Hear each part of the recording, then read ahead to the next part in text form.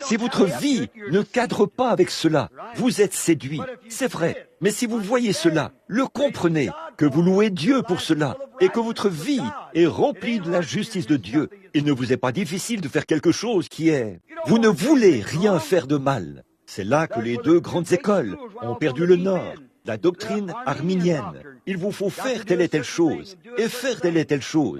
Ça, ce sont des œuvres. Et de l'autre côté, les calvinistes se sont mis à dire, Dieu soit béni, je suis sauvé, je fais ce que je veux. Voyez? Mais c'est le milieu de la route qu'il faut. Si vous l'aimez, vous ne ferez rien de mal, comme à l'égard de votre femme.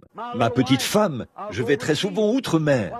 Quand je vais outre-mer, je ne vais pas la chercher pour lui dire, Madame Branham, tu n'auras point d'autre mari pendant mon absence. Et elle ne me saisit pas par le col en disant, jeune homme, pas d'autre femme. Ce serait tout un foyer, ça, n'est-ce pas? Non, nous nous agenouillons et nous prions. Je l'embrasse pour lui dire au revoir. Je dis, chérie, prie pour moi. Elle dit, je prierai à chaque heure, Billy. Nous y voilà. Je ne m'inquiète pas en me demandant si elle aura un autre mari.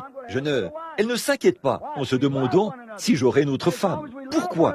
Nous nous aimons. Et tant que nous nous aimerons, il en sera toujours ainsi. Certainement. Maintenant, qu'en serait-il si je partais outre-mer ou ailleurs et que je faisais quelque chose de mal, que j'allais faire la cour à une autre femme? Je crois qu'elle me le pardonnerait. Si je venais le lui dire, je crois qu'elle me pardonnerait. Mais cette pauvre petite femme, aux cheveux gris à 37 ans, qui s'est tenue entre le public et moi, est devenue comme ça, je l'aime tellement que même si elle allait tout me pardonner, je ne lui ferais de mal pour rien au monde. Je l'aime. Je l'aime. Et tant que je l'aime comme ça, elle n'a absolument aucun souci à se faire à ce sujet. Et tant que vous aimez le Seigneur de tout votre cœur, vous ne fumerez pas de cigarettes, ne boirez pas de whisky, ne ferez pas quoi que ce soit de mal. Vous aimez le Seigneur, mais vous pourriez très bien arrêter de fumer, de boire et tout le reste, et ne pas l'aimer.